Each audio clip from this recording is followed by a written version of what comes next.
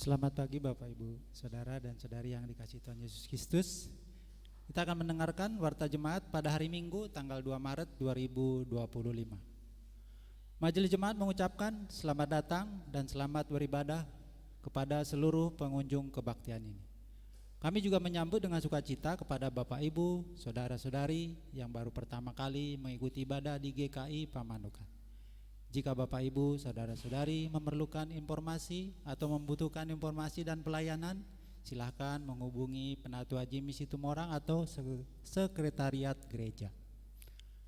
Biston pagi diselenggarakan pada hari Rabu tanggal 5 Maret 2025, waktunya pukul 5.30, dipimpin Ibu Iliati A. Bertempat di gereja. Kami mengundang anggota jemaat dan simpatisan hadir dalam doa pagi. Kebaktian rumah tangga diselenggarakan pada hari Kamis tanggal 6 Maret 2025, waktunya pukul 19 WIB. Penyelenggara keluarga Bapak Sulaiman Simanulang. Tempat di gereja dipimpin Penatua Kristianto, liturgosnya Ibu Lamro Simanulang. Kami mengundang anggota jemaat dan simpatisan hadir dalam kebaktian tersebut. Kebaktian Rabu Abu akan diselenggarakan pada hari Rabu tanggal 5 Maret 2025, waktunya pukul 18 WIB atau jam 6 sore, dilayani Penatua Kristianto.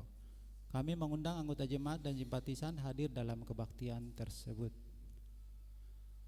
Persiapan kebaktian Rabu Abu akan diadakan pada hari Senin besok tanggal 3 Maret 2025 pukul 19 WIB. Tempat di gereja dimohon agar majelis jemaat, anggota jemaat dan simpatisan yang bertugas melayani untuk hadir dalam persiapan kebaktian ini. Kebaktian peneguhan pendeta. Majelis Jemaat GKI Guntur Bandung akan menyelenggarakan kebaktian peneguhan pendeta atas diri Pendeta Ferawati Hia yang dilaksanakan pada hari Senin tanggal 3 Maret 2025, waktunya pukul 18 WIB, tempat GKI Guntur yang berada di Jalan Guntur nomor 13 Bandung. Mohon dukungan doa anggota jemaat dan simpatisan agar kebaktian ini dapat berjalan dengan baik dan lancar. Proses kependetaan diberitahukan kepada anggota jemaat berdasarkan pleno BPMS GKI pada hari Jumat tanggal 14 Februari 2025 memutuskan proses tahap orientasi untuk proses kependetaan atas diri Penatua Yosafat Prasandhanario di Jemaat GKI Pamanukan dihentikan. Selanjutnya Penatua Yosafat Prasandhanario akan menjalani proses pendampingan oleh BPMSW GKI Sinode Wilayah Jawa Barat. Mohon dukungan doa anggota jemaat agar proses selanjutnya berjalan dengan baik. Peneguhan Penatua setelah diwartakan dalam kebaktian umum 3 hari Minggu berturut-turut pada tanggal 12, 19 dan 26 Januari 25 dan tidak ada surat keberatan yang sah dari anggota jemaat, maka pada hari Minggu tanggal 23 Maret 2025 waktunya pukul 9 WIB akan dilaksanakan peneguhan penatua untuk masa pelayanan 2025 sampai 2028. Nama-nama calon penatua baru yang akan diteguhkan yaitu 1. Ibu Lilis Wahyuningsih, yang kedua Saudara Blessing Carrington Makakombo, yang ketiga Bapak Mulyaditan. Mohon dukungan doa anggota jemaat dan simpatisan agar kebaktian ini dapat berjalan dengan baik dan pelayanan mereka boleh menjadi berkat untuk GKI Pamanukan. Rapat evaluasi arahan program dan menyusun RKRB. Rapat evaluasi arahan program dan menyusun RKRB tahun 2025 sampai 2026 untuk Badan Pelayanan, Komisi Anak, Komisi Remaja, Komisi Dewasa dan Komisi Lansia serta majelis jemaat akan diadakan pada hari ini, hari Minggu 2 Maret 2025, waktunya setelah kebaktian. Bertempat di gereja. Kami mengundang seluruh pengurus Badan Pelayanan hadir dalam rapat tersebut. Persembahan Paskah 2025 dalam rangka Masa Raya Paskah 2025, Majelis Jemaat telah menentukan anggaran Paskah sebesar 4 juta rupiah. Persembahan yang sudah masuk sebesar 150.000 rupiah.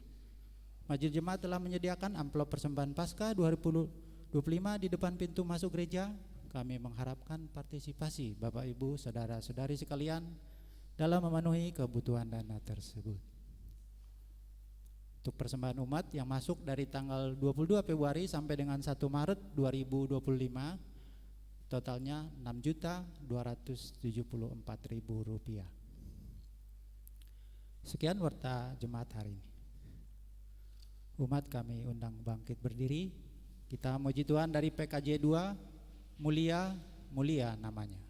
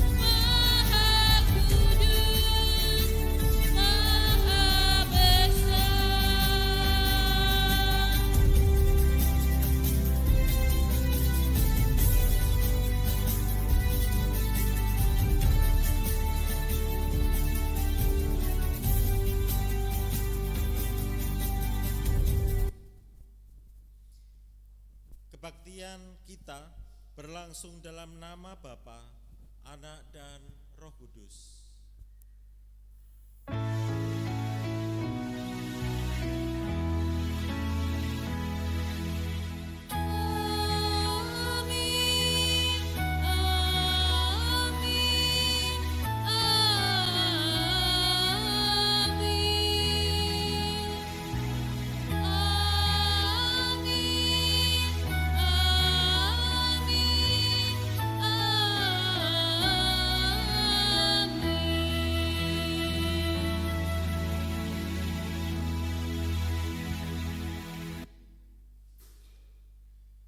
Tuhan beserta saudara dan saudari.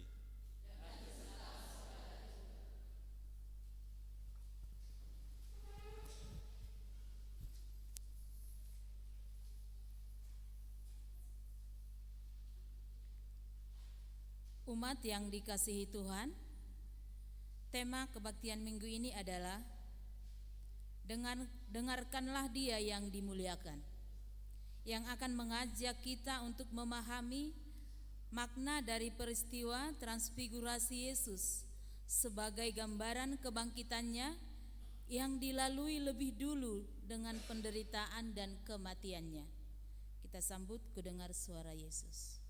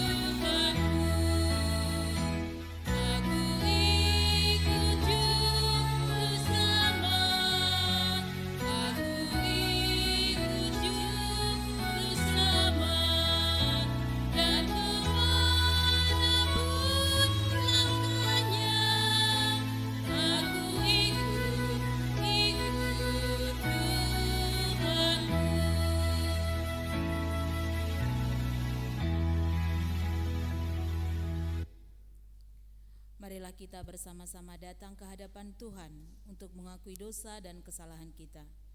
Kita berdoa di dalam hati kita, mengakui segala dosa dan kesalahan kita di hadapannya. Kita berdoa.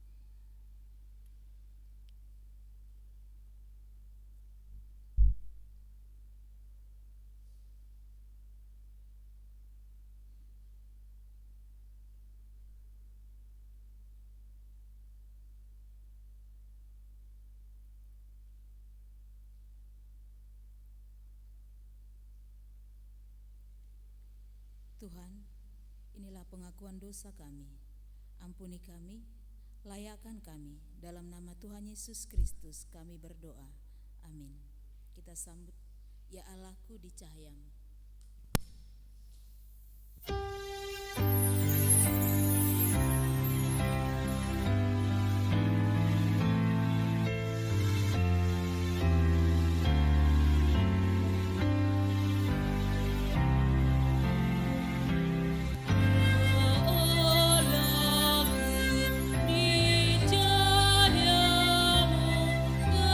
Bersingkap diam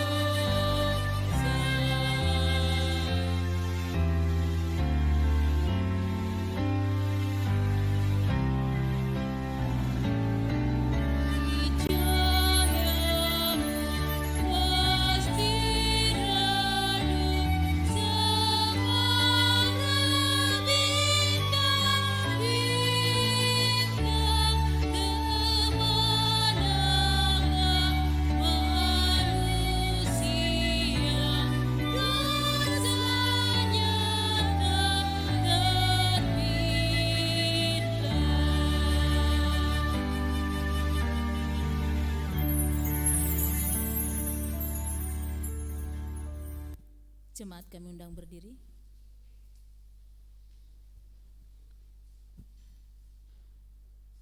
Bagi kita yang telah mengaku dosa di hadapan Tuhan, dengarkanlah anugerah pengampunan dari Allah seperti yang tertulis dalam Mazmur 119 ayat 2 hingga yang ketiga yang berbunyi demikian.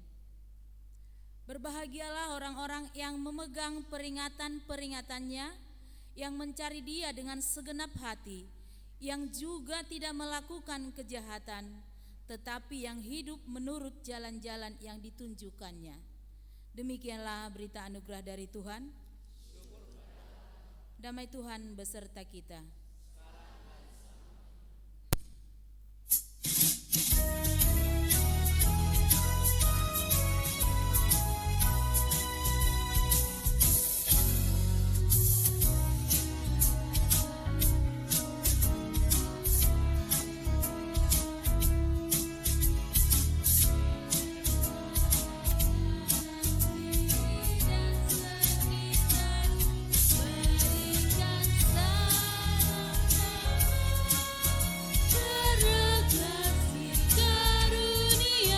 serta pengampunannya diberi. Hiduplah dalam damai seorang dengan yang lain, itu kehendak Tuhan bagimu. Pujian kesanggupan kita, ku dengar suara Yesus.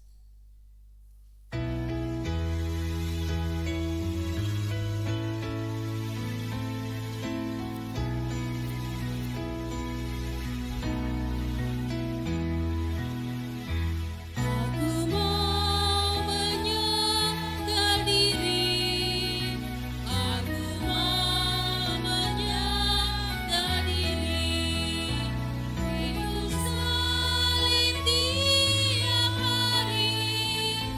Aku ikut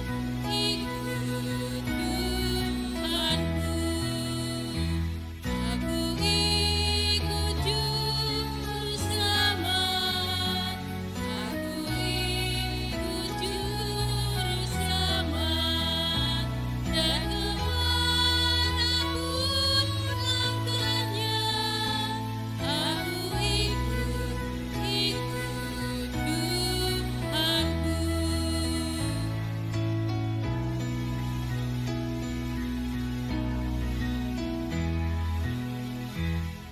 Dia berikan kekuatan, Dia berikan kekuatan, dan mahkota kemuliaan. Dia selalu ikut sertaku. Aku ikut Juru Selamat, aku ikut Juru Selamat, dan kemanapun langkahnya, aku ikut Tuhanku.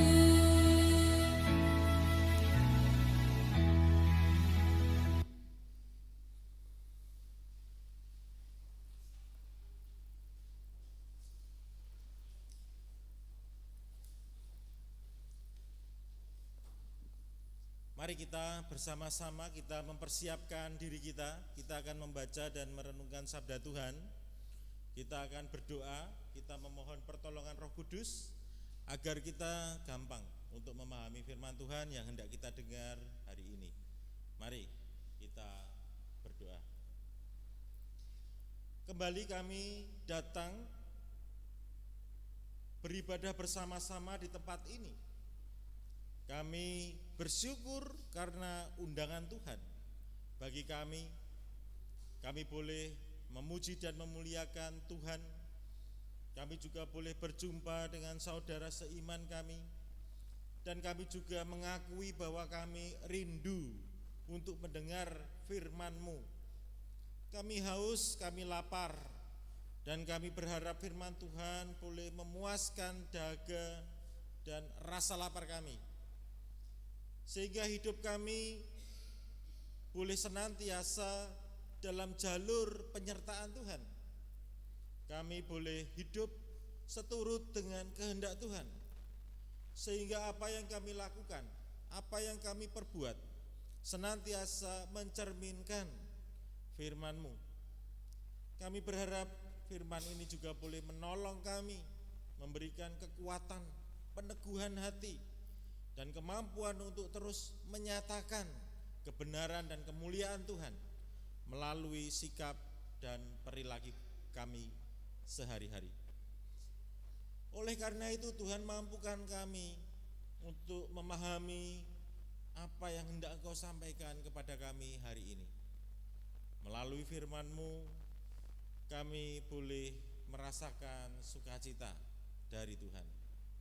Kami mau mendengar dan kami berharap Roh Kudus memampukan kami untuk memahami dan melakukannya dalam keseharian kami.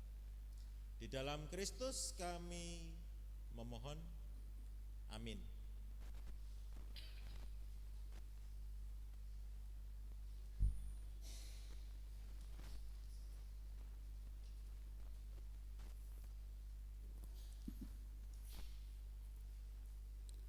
Bacaan pertama diambil dari Keluaran 34 ayat 29 sampai dengan 35.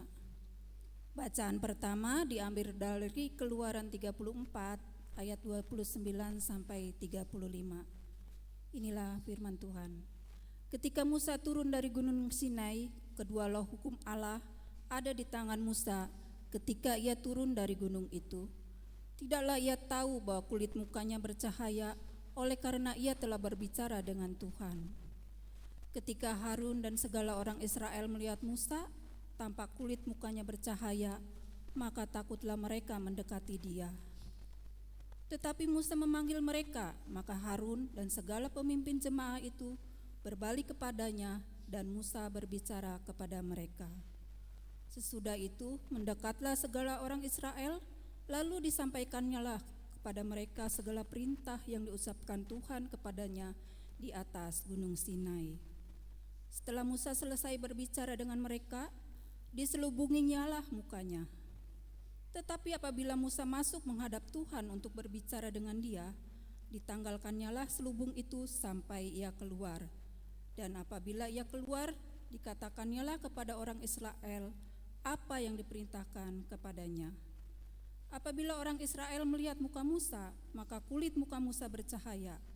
Maka Musa menyelubungi mukanya kembali sampai ia masuk menghadap untuk berbicara dengan Tuhan. Demikianlah sabda Tuhan.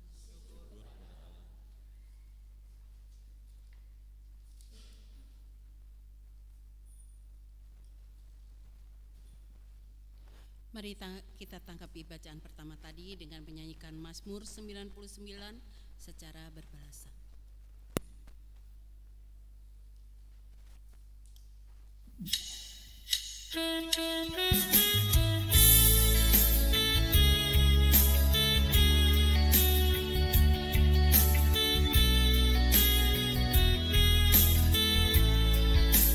Mari tinggikan Tuhan Allah kita, sembah sujud di tumpuan kakinya. Mari tinggikan Tuhan Allah kita, kuduslah namanya. Tinggikan Tuhan Allah kita, sembah sujud di tumpuan kakinya. Mari tinggikan Tuhan Allah kita, kuduslah namanya. Tuhan itu Raja, bangsa-bangsa gemetar, di atas kerub Dia bertata. Tuhan itu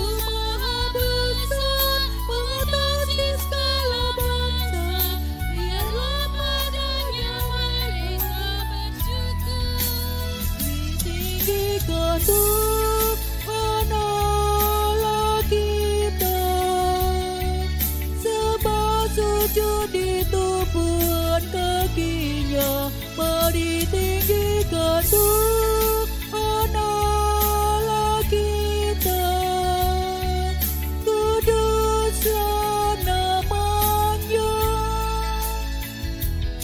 Allah Raja yang perkasa, yang mencintaimu, Kau yang menegakkan kebenaran, Tuhan Kau yang melakukan kebenaran serta hukum di antara keturunan Yakub. Mari tinggikan Tuhan Allah kita, sembah sujud di tumpuan kakinya, mari tinggikan Tuhan Allah kita, kuduslah namanya. Musa, Harun dan Samuel menyerukan namanya. Imam dan umat ikut memohon. Dijawabnya mereka dari dalam tiang awan, ketetapannya pun dipegang teguh. Mari tinggikan Tuhan Allah kita, sembah sujud di tumpuan kakinya, mari tinggikan Tuhan Allah kita, kuduslah namanya. Engkau Tuhan Allah kami, telah menjawab mereka. Bagi mereka Kau sang pengampun. Namun Kau juga membalas kesalahan mereka. Bab kuduslah Tuhan kita yang besar. Mari tinggikan Tuhan Allah kita, sembah sujud di tumpuan kakinya, mari tinggikan Tuhan Allah kita, kuduslah namanya.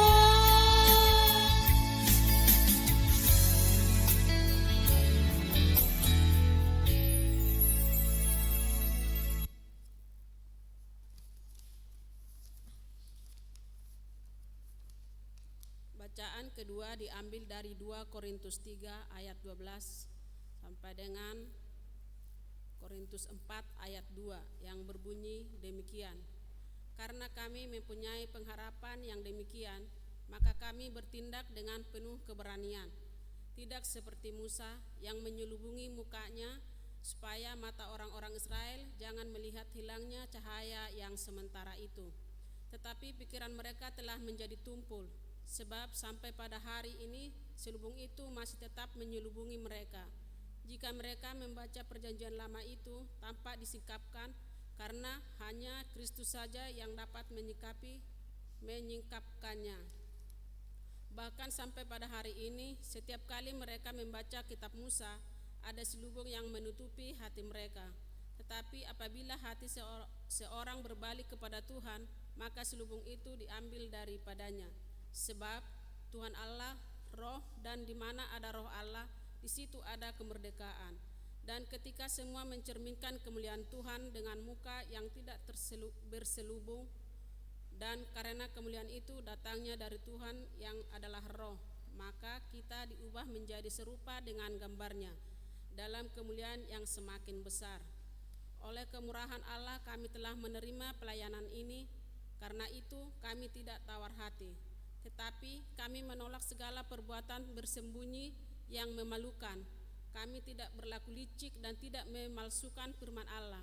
Sebaliknya kami menyatakan kebenaran, dan dengan demikian kami menyerahkan diri kami untuk dipertimbangkan oleh semua orang di hadapan Allah.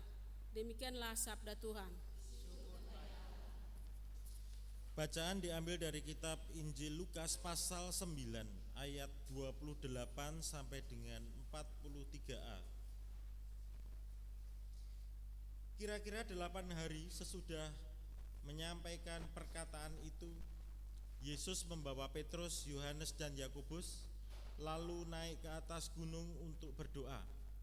Ketika ia sedang berdoa, rupa wajahnya berubah dan jubahnya menjadi putih berkilau-kilauan. Tampaklah 2 orang berbicara dengan dia, yaitu Musa dan Elia. Keduanya terlihat dalam kemuliaan dan berbicara tentang kepergiannya yang akan digenapinya di Yerusalem. Sementara itu Petrus dan teman-temannya telah tertidur, dan ketika mereka terbangun, mereka melihat Yesus dalam kemuliaannya dan kedua orang yang berdiri dekatnya itu. Ketika kedua orang itu hendak meninggalkan Yesus, Petrus berkata kepadanya, "Guru, sungguh baik kita berada di tempat ini. Biarlah kami dirikan 3 kemah, 1 untuk engkau, 1 untuk Musa, dan 1 untuk Elia." Namun Petrus tidak tahu apa yang dikatakannya itu. Sementara ia berkata demikian, datanglah awan menaungi mereka. Ketika mereka masuk ke dalam awan itu, takutlah mereka. Lalu terdengarlah suara dari dalam awan itu yang berkata, "Inilah anakku, pilihanku, dengarkanlah dia." Ketika suara itu terdengar, tampaklah Yesus tinggal seorang diri. Pada masa itu, murid-murid itu diam dan tidak menceritakan kepada siapapun apa yang telah mereka lihat itu. Keesokan harinya ketika mereka turun dari gunung itu, datanglah orang banyak berbondong-bondong menemui Yesus.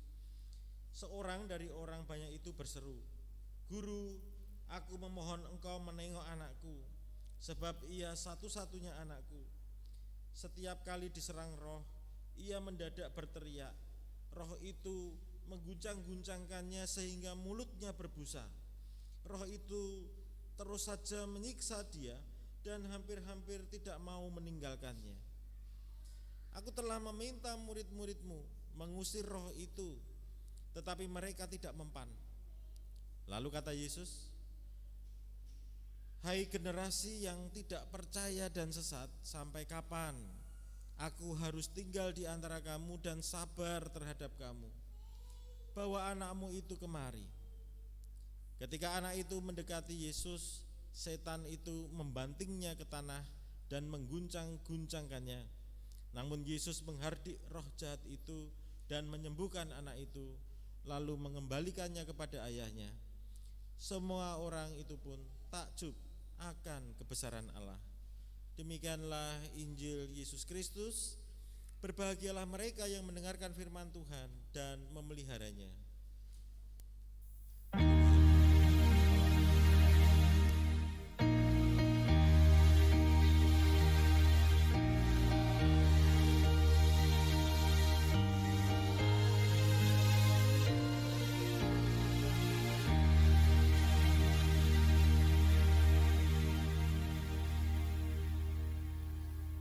Selamat pagi Bapak Ibu yang dikasihi Tuhan. Belum lama rasanya dari Pamanukan beberapa bulan yang lalu, dan benar ya ini Pak, sampai dengan Mei 1 bulan sekali ya. Jadi Bapak Ibu saya harap tidak bosan begitu ya, karena sebulan sekali mungkin akan bertemu saya untuk melayani di kebaktian hari Minggu sampai dengan bulan Mei setidaknya begitu. Nah Bapak Ibu yang dikasihi Tuhan, saya ingin mau bertanya atau langsung firman. Enaknya apa ini ya? Temanya sederhana ya, dengarkanlah dia yang dimuliakan. Dan Bapak Ibu semua tahu kan cerita tentang transfigurasi, cerita bagaimana Tuhan mengalami kemuliaan di atas gunung. Cerita yang mungkin sangat terkenal. Dan adakah di antara Bapak Ibu yang belum tahu tentang cerita ini? Tahu semua? Yakin ya? Nah, kalau tahu Bapak Ibu, cerita ini unik. Uniknya di mana? Karena Lukas ini menggambarkan kisah yang mungkin sedikit berbeda dengan Injil sinoptik yang lain. Maksudnya sedikit berbeda dengan cara menceritakan di Injil Matius ataupun Markus. Nah, dari mana kita tahu? Yang pertama adalah dibuka dengan kata 8 hari. Sementara di Injil yang lain ceritanya bagaimana? 6 hari gitu ya. Setelah 6 hari. Lalu peletakannya Bapak Ibu, cerita ini selalu setelah pemberitahuan Tuhan Yesus tentang penderitaannya. Jadi penderitaan Tuhan Yesus kan bicara, memberikan kode kepada murid-muridnya bahwa dia akan menderita. Nah, pemberitahuan itu ada 1, 2 begitu. Nah, cerita ini selalu ditempatkan setelah pemberitahuan penderitaan Tuhan Yesus yang pertama. Kalau Bapak Ibu perhatikan cerita itu. Lalu yang menarik berikutnya adalah bagaimana para murid itu kemudian ketika diajak di atas gunung 3-an itu, lalu mereka tertidur Bapak Ibu.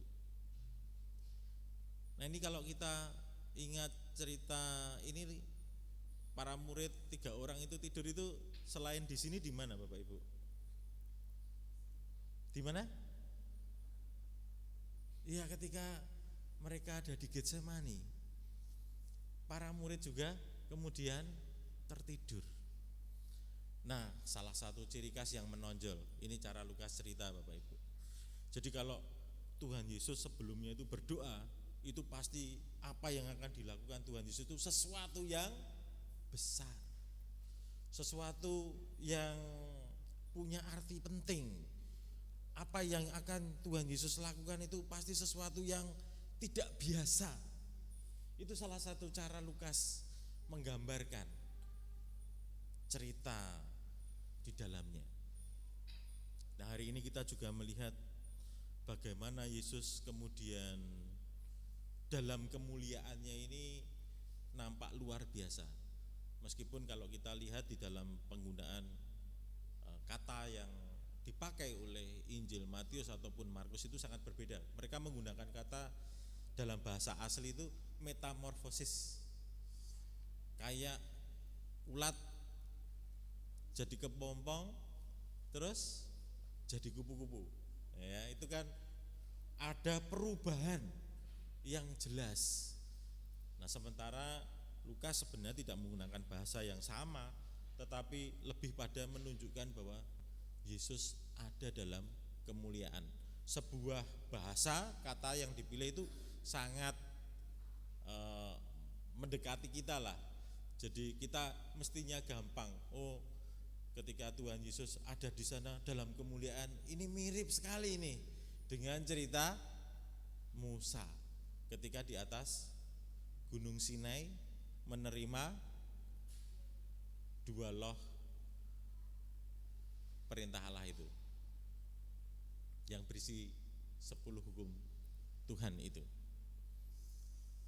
Nah, menariknya Bapak Ibu di sana kemudian kita melihat bagaimana kemudian muncul Musa dan Elia di sana. Saya juga tidak tahu kenapa harus Musa dan Elia yang muncul. Kenapa kok bukan nabi-nabi yang lain begitu ya? Kan kita bertanya-tanya. Oh, saya juga kemudian mikir, oh dari mana ya? Kenapa harus Musa dan Elia yang muncul?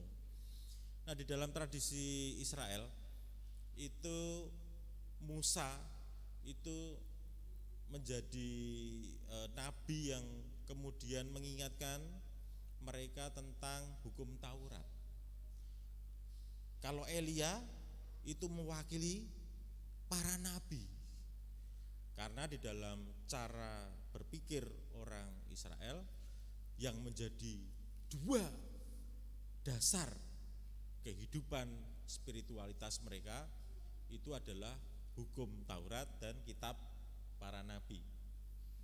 Nah, ini sebagai gambaran untuk kita semakin memahami. Nah, yang menarik Bapak Ibu, peristiwa di gunung ini ada momen di mana Tuhan itu hadir dengan suara. Nah, tentu saja selain peristiwa apa? Yang pertama, Tuhan itu keluar suaranya itu kapan? Saat iya, betul sekali, saat Tuhan Yesus dibaptis. Ada suara dari langit, dan kali ini juga muncul suara itu, dengarkanlah dia. Nah, kita masuk ke tema Bapak Ibu. Berbicara tentang mendengar. Kita ini mungkin sudah baca beberapa ayat, mungkin hafal. Iman itu tumbuh dari iman tumbuh atau iman timbul dari mana Bapak Ibu? Betul, iman timbul dari pendengaran, dan pendengaran oleh firman Kristus. Nah, pertanyaannya simpel hari ini, apakah kita ini memang sudah memperkuat iman kita itu mulai dari pendengaran kita? Apakah kita ini mau mendengar dengan sungguh-sungguh? Mendengar yang macam apa? Kalau kita mau mendengar firman Kristus itu yang akan menumbuhkan iman kita itu seperti apa? Adakah di antara Bapak Ibu yang pernah mendengar bisikan dari Tuhan? Ada enggak? Kalau kita katanya ini, iman ini kan timbul dari pendengaran, dan pendengaran itu oleh firman Kristus. Itu kata siapa? Rasul Paulus di dalam kitab Roma pasal 10. Kalau kita meyakini itu, apakah kita juga sering membaca dan merenungkan firman Tuhan? Bagaimana kita bisa mendengar suara Tuhan untuk diri kita masing-masing? Ini kan menjadi pertanyaan dan pergumulan kita. Bapak Ibu yakin bahwa hidup Bapak Ibu ini hidup yang dipimpin dan disertai oleh Tuhan? Bapak Ibu juga yakin bahwa kita sebagai umat Tuhan harus mendengarkan kehendak Tuhan? Benar gak? Kita mau mendengarkan kehendak Tuhan gak? Iya kan? Lalu bagaimana caranya untuk mendengarkan kehendak Tuhan itu? Satu-satunya cara ya kita kemudian mau membaca dan merenungkan firman Tuhan. Tidak ada cara lain. Firman Tuhan ini bisa datang dari mana saja. Alkitab yang kita baca, renungan harian yang kita baca juga, ataupun mungkin dari khotbah-khotbah yang itu memang benar-benar menyapa diri kita, memberikan ketenteraman dan kekuatan untuk kita melakukan sesuatu yang kemudian meringankan pikiran kita, sehingga kita sanggup untuk melangkah melalui situasi-situasi yang sulit. Mungkin juga kita juga mengingat firman Tuhan yang sudah kita dengar, entah di minggu yang lalu atau minggu sebelumnya. Bapak Ibu, adakah yang di sini masih ingat bacaan kemarin itu apa? Kemarin yang melayani siapa kemarin? Pak Yosafat. Pak Yosafat membaca dari mana kemarin itu? Adakah yang masih ingat? Nah, ya kan, firman Tuhan sudah baru seminggu sudah kita lupa. Lah padahal itu menjadi sumber utama hidup kita. Tidak ada cara lain Bapak Ibu untuk memperbaiki dan kemudian membuat diri kita itu menjadi lebih baik selain dari firman Tuhan. yang kemudian terus kita hidupi dari hari ke hari. Lalu kalau Bapak Ibu sering lupa, pertanyaannya, mendengar firman Tuhan itu sulitnya di mana? Mungkin ada yang mau jawab. Bapak Ibu sudah sering mendengar firman Tuhan berkali-kali, lalu lupa itu atau tidak ingat, itu kira-kira kesulitannya di mana? Ada yang mau coba jawab? Loh, saya juga kadang-kadang lupa Bapak Ibu, tempatnya di mana gitu juga kadang-kadang lupa. Tapi kemudian diingatkan lagi prinsip-prinsipnya, prinsip-prinsip utamanya begitu ya. Misalnya seperti hukum kasih, kita ini diajak untuk mengasihi sesama, lalu tidak membalas kejahatan dengan kejahatan, kita tidak boleh menghakimi satu dengan yang lain, kita diminta untuk jujur, memperhatikan orang-orang yang sedang mengalami kesulitan, lalu diingatkan oleh Tuhan beberapa minggu yang lalu tentang sabda bahagia misalnya, yang berbahagialah mereka yang miskin, mereka yang lapar, mereka yang dikucilkan, lalu celakalah mereka yang kaya, yang tertawa, kan begitu, yang kenyang, yang suka mendapatkan pujian, dikatakan seperti itu. Nah Bapak Ibu, dengan firman Tuhan semacam itu percaya tidak? Itu kan menjadi pertanyaan. Kita sudah mendengar firman Tuhan seperti itu, tapi percaya atau tidak? Kira-kira Bapak Ibu jawab, percaya atau enggak? Percaya. Jadi Bapak Ibu itu percaya ya bahwa berbahagialah yang miskin gitu, karena mereka yang punya kerajaan Allah.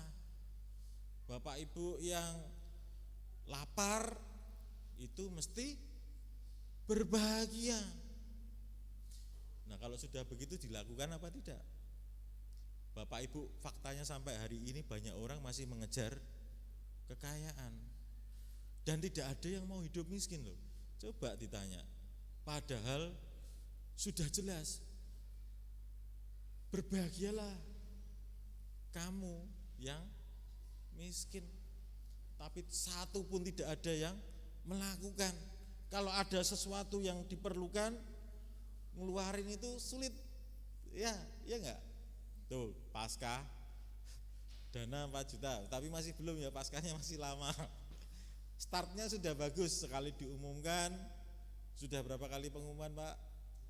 2 kali, oh ya 2 kali 150.000. Iya, padahal jelas loh, kalau kita ini miskin, berbahagialah. Tapi faktanya orang tidak mau melakukan itu, kebanyakan. Lalu mungkin Bapak Ibu akan bertanya kepada saya, lah Pak Pendeta sendiri gimana? Apakah percaya dengan hal itu? Ya saya jawab, saya percaya sekali dan saya mengimani itu Bapak Ibu, bahwa miskin di dalam Tuhan itu bukan hanya sekedar spirit ya, bukan sekedar semangat, tetapi kita kemudian gampang untuk menghayati Tuhan. Mengapa? Karena kalau kita pahami sabda bahagia itu, mereka yang melakukannya adalah orang-orang yang betul-betul mengandalkan Tuhan dalam hidup mereka. Orang yang miskin, orang yang lapar, mereka yang nangis gitu ya, yang dikucilkan karena Tuhan, itu akan hidupnya itu senantiasa mengandalkan Tuhan. Tidak mungkin mereka mengandalkan yang lain. Justru mereka yang kaya, mereka yang kenyang, mereka yang tertawa, ini godaannya banyak. Segala sesuatu terpenuhi dan bukan lagi Tuhan yang mereka andalkan ada kalanya, tetapi kemampuan diri mereka sendiri. Mereka merasa mampu dan mengharapkan pujian mungkin dari orang-orang di sekitar mereka. Itu sangat berbahaya. Lalu bagaimana dengan kita diajarkan untuk tidak menghakimi siapapun misalnya? Apakah itu juga kita hidupi terus dalam keseharian kita? Kita hari ini melihat bagaimana para murid ya, yang sudah melihat kemuliaan Kristus saat itu pun juga masih sulit untuk menerima, untuk memahami tentang Yesus. Jadi kalau kita kemudian mengatakan, wah kami belum sampai sana, ya mungkin kita saat ini belum, tetapi dalam perjalanan hidup kita, mari kita belajar terus untuk mendengarkan firman Tuhan itu dengan lebih sungguh. Dengan firman Tuhan yang kita dengar tidak hanya kemudian menumbuhkan iman kita, tetapi memampukan iman kita ini berkembang dan berbuah sedemikian rupa, sehingga hasilnya adalah apapun keputusan saudara, itu sungguh menjadi berkat untuk orang-orang di sekitar saudara. Keputusan kita, pilihan untuk tindakan kita, itu membawa damai sejahtera untuk orang-orang di sekitar kita. Yang paling merasakan tentu keluarga saudara, rekan kerja saudara, tempat pelayanan saudara, yang sering berinteraksi dengan diri kita. Apakah kita juga membawa kemuliaan semacam itu dengan sikap dan keputusan kita untuk terus mendengar firman Tuhan, rendah hati, mau kemudian bersama-sama kita introspeksi agar hidup kita menjadi lebih baik, pelayanan kita bersama jadi lebih baik, dan kita mendapatkan karunia kesembuhan dari Tuhan. Bapak Ibu sadar enggak kalau diri kita ini sakit? Memang tampaknya secara fisik sehat ya, tapi mungkin kita ini sakit, gampang untuk tergoda hal-hal yang menyenangkan secara dunia. Kita gampang untuk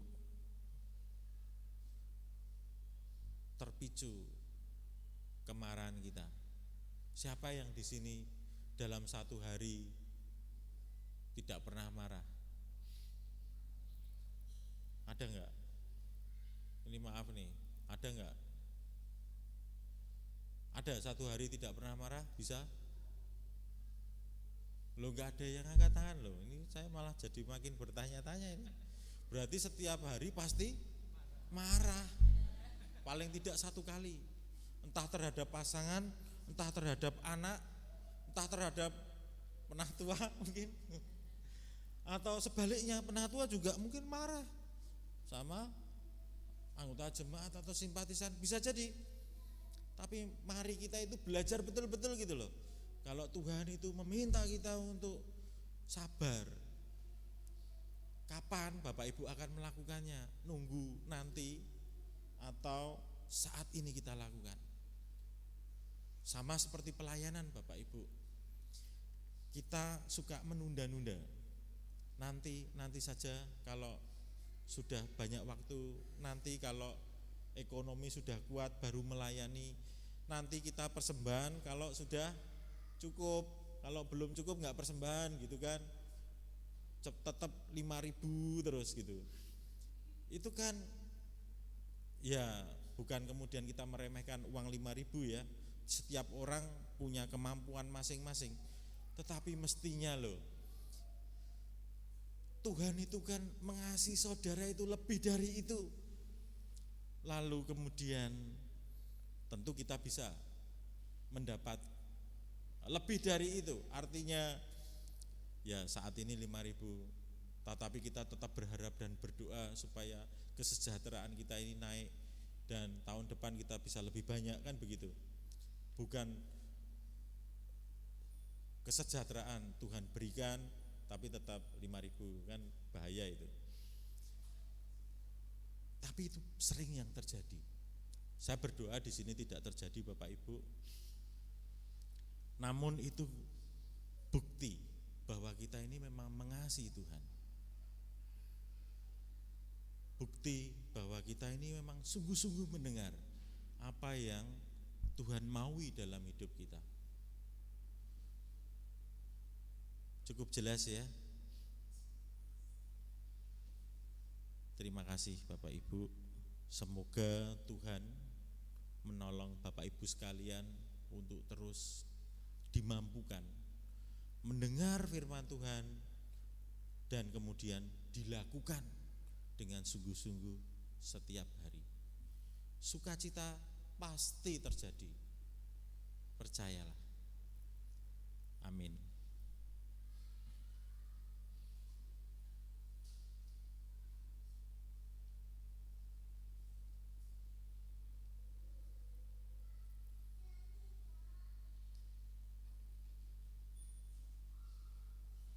Diundang bangkit berdiri.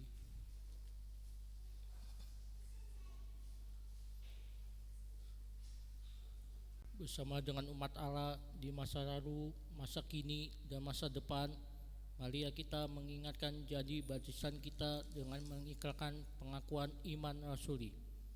Aku percaya kepada Allah, Bapa yang Maha Kuasa, langit-langit dan bumi, dan kepada Yesus Kristus, anak yang tunggal Tuhan kita, yang dikandung dari Roh Kudus, lahir dari anak darah Maria, yang menderita sengsara di bawah pemerintahan Pontius Pilatus, disalibkan, mati dan dikuburkan, turun ke dalam keadaan maut. Pada hari yang ketiga, bangkit pula dari antara orang mati, naik ke surga, duduk di sebelah kanan Allah, Bapa yang Maha Kuasa. Dan dari sana ia akan datang untuk menghakimi orang yang hidup dan yang mati. Aku percaya kepada Roh Kudus, gereja yang kudus dan ham, persekutuan orang kudus, pengampunan dosa, kebangkitan orang mati, hidup yang kekal. Amin. Mari kita bersama-sama kita berdoa syafaat. Bapa di surga, saat ini kami bersama-sama dengan umat Tuhan di tempat ini, kami ingin memohon untuk gereja kami khususnya, ketika kami dalam kerinduan untuk mencari dan mendapatkan seorang pelayan Tuhan yang hidup bersama-sama dengan kami, dan saat ini Penatua Yosafat yang sudah sekian lama bersama dengan kami harus kembali untuk mendapatkan pendampingan di sinode wilayah. Kami berharap saudara kami ini terus Tuhan berkati juga dalam pelayanan-pelayanan mendatang, juga diberikan kekuatan dan kemampuan untuk terus taat dan setia melayani Tuhan dimanapun berada. Dan kami berharap beliau juga menemukan tempat di mana beliau dapat kembali melayani dengan umat Tuhan sesuai dengan kehendak Tuhan, sehingga sukacita boleh terjadi di antara mereka dan kami juga sebagai tempat yang pernah bertumbuh bersama dengan beliau. Berkati kami juga agar kami segera mendapatkan pengganti untuk kami boleh meningkatkan pelayanan kami, dan umat Tuhan di tempat ini menjadi lebih tertata dan juga makin dirasakan kemuliaan Tuhan, cinta Tuhan di tempat ini. Kami juga berharap kami dimampukan untuk lebih baik lagi dalam mendukung pelayanan bersama-sama. Kami juga mengakui bahwa relasi yang ada kami harus jaga lebih baik dari sebelumnya. Kami berharap satu dengan yang lain di jemaat ini kami boleh saling peduli, saling memperhatikan. Kami boleh saling menguatkan, saling merindukan, dan biarlah hanya cinta kasih Tuhan saja, kemuliaan Tuhan saja yang boleh terjadi di tempat ini, dan kami dimampukan untuk melayani orang-orang di sekitar kami, keluarga kami khususnya, dan dampak dari kehadiran kami juga boleh dirasakan oleh masyarakat di sekitar gereja. Kami juga berdoa Tuhan untuk Pendeta Yusafat sebagai pendeta konsulen di tempat ini, bersama-sama dengan majelis jemaat dan para aktivis boleh saling mendukung satu dengan yang lain. Tuhan juga berikan kesehatan bagi mereka, dan setiap program yang direncanakan majelis jemaat yang sudah disusun, akan disusun, ataupun yang sedang berjalan, Tuhan berkati terus sehingga segala sesuatu itu, program-program itu punya dampak yang baik, bermanfaat untuk setiap orang yang terlibat di dalamnya. Kami juga berdoa untuk kota Pamanukan, di mana kami hidup bersama-sama, tinggal di tempat ini, mencari penghasilan, atau mungkin orang-orang yang kami kasih masih banyak ada di tempat ini. Kiranya Tuhan tolong, Tuhan berkati, dan kota ini boleh semakin maju, semakin sejahtera, sehingga kami dan warga kota Pamanukan ini boleh semakin merasakan sukacita karena kemakmuran yang boleh dialami. Kami juga tidak lupa berdoa untuk bangsa dan negara kami dalam situasi ekonomi maupun politik dunia yang sulit untuk diprediksi. Berikanlah hikmat dan kemampuan agar mereka dapat mengambil kebijakan ataupun keputusan yang tepat, yang berpihak pada rakyat, yang memakmurkan dan menyejahterakan negeri ini. Dan kami berharap tidak ada lagi para koruptor yang menggerogoti negeri ini. Kami juga berdoa untuk saudara-saudara kami yang saat ini mungkin sedang sakit. Mereka harus bergumul dengan sakit penyakit mereka, ataupun mereka merindukan pekerjaan yang lebih baik dari saat ini, atau mereka bergumul karena hal-hal lain yang kami tidak tahu, tetapi mereka merasakan pergumulan itu sangat berat, dan mereka seakan-akan menghadapi dengan sendiri. Kami berharap Tuhan hadir di tengah-tengah pergumulan saudara kami ini. Berikan berkat, kesembuhan, pemulihan, dan juga pengharapan bagi mereka untuk terus bangkit, berjuang, dan apa yang mereka perlukan ini Tuhan penuhi seturut dengan kehendak Tuhan.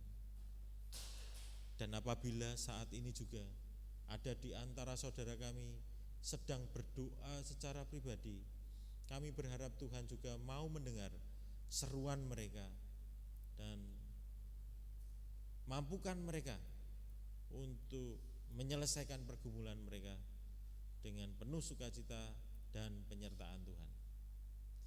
Ampunilah kami bila di dalam peribadahan ada hal-hal yang tidak berkenan di hadapan Tuhan. Kami sungguh mohon ampun, dan juga kami ingin mengakhiri doa kami ini dengan bersama-sama kami menutup dengan doa Bapa kami. Bapa kami yang di surga, dikuduskanlah namamu, datanglah kerajaanmu, jadilah kehendak-mu di bumi seperti di surga. Berikanlah kami pada hari ini makanan kami yang secukupnya, dan ampunilah kami akan kesalahan kami, seperti kami juga mengampuni orang yang bersalah kepada kami. Dan janganlah membawa kami ke dalam pencobaan, tetapi lepaskanlah kami daripada yang jahat. Karena Engkaulah yang punya kerajaan dan kuasa dan kemuliaan sampai selama-lamanya. Amin.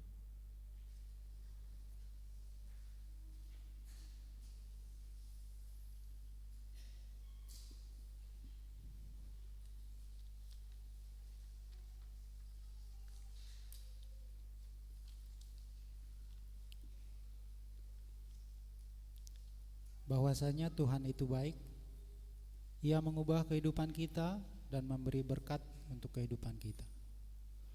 Untuk itu marilah datang kepadanya dengan memberikan persembahan syukur kepada Tuhan, sambil mengingat akan firman-Nya dalam Mazmur 99 ayat 2 sampai yang ketiga, yang berbunyi demikian: Tuhan itu maha besar di Sion, dan Ia tinggi mengatasi segala bangsa.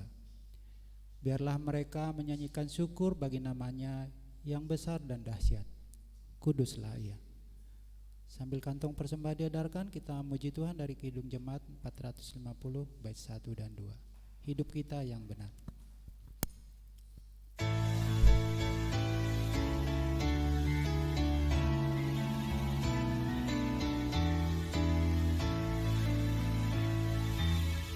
Hidup kita yang benar haruslah mengucap syukur dalam Kristus bergema. Janganlah tergerus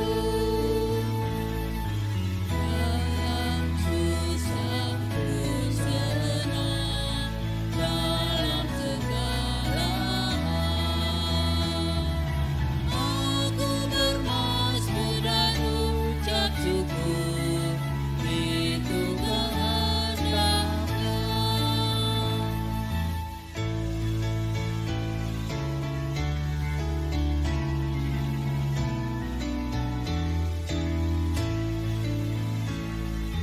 Biar badai menyerang, biar ombak menerjang, aku akan bersyukur kepada Tuhanku.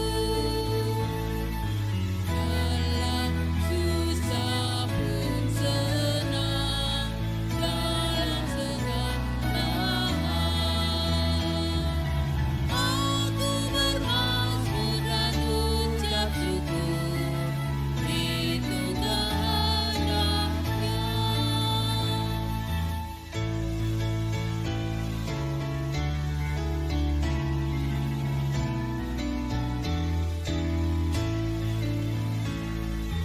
Hidup kita yang benar haruslah mengucap syukur dalam Kristus bergema.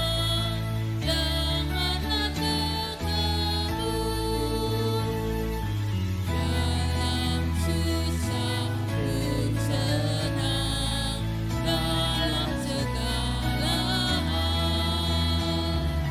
aku bermasmur dan ucap syukur, itu kehendaknya.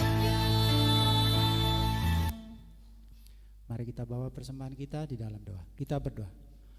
Bapa kami yang di surga, kami mengucap syukur ya Tuhan atas berkat dan rahmat-Mu di dalam kehidupan kami hari lepas hari. Pada hari ini ketika kami boleh hadir di tempat ini untuk memuji serta memuliakan nama-Mu, itu adalah berkat yang paling terindah di dalam kehidupan kami. Bapa, sebagai ucapan syukur kami telah memberikan persembahan kami. Kiranya Tuhan Engkau berkati persembahan ini, agar persembahan ini boleh dipergunakan untuk kebutuhan gerejamu di tempat ini dan juga untuk membangun pelayanan di tempat ini. Kami juga berdoa kiranya Tuhan senantiasa memberkati apapun yang menjadi usaha dan pekerjaan kami di dalam kehidupan kami, sehingga melalui usaha dan pekerjaan itu kami senantiasa boleh mengucap syukur yang lebih lagi kepada Tuhan. Ajarlah kami untuk senantiasa memberikan yang terbaik kepadamu. Inilah doa kami yang kami naikkan di dalam nama Tuhan Yesus Kristus. Amin.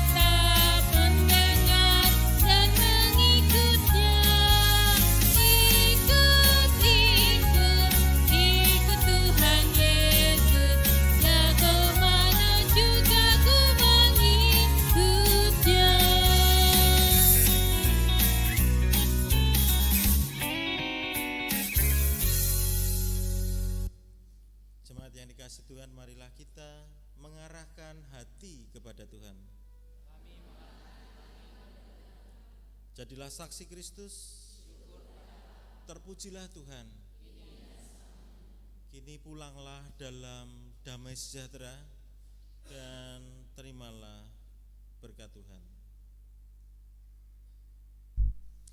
Tuhan memberkati engkau dan melindungi engkau. Tuhan menyinari engkau dengan wajah-Nya dan memberi engkau kasih karunia. Tuhan menghadapkan wajah-Nya kepadamu dan memberi engkau damai sejahtera.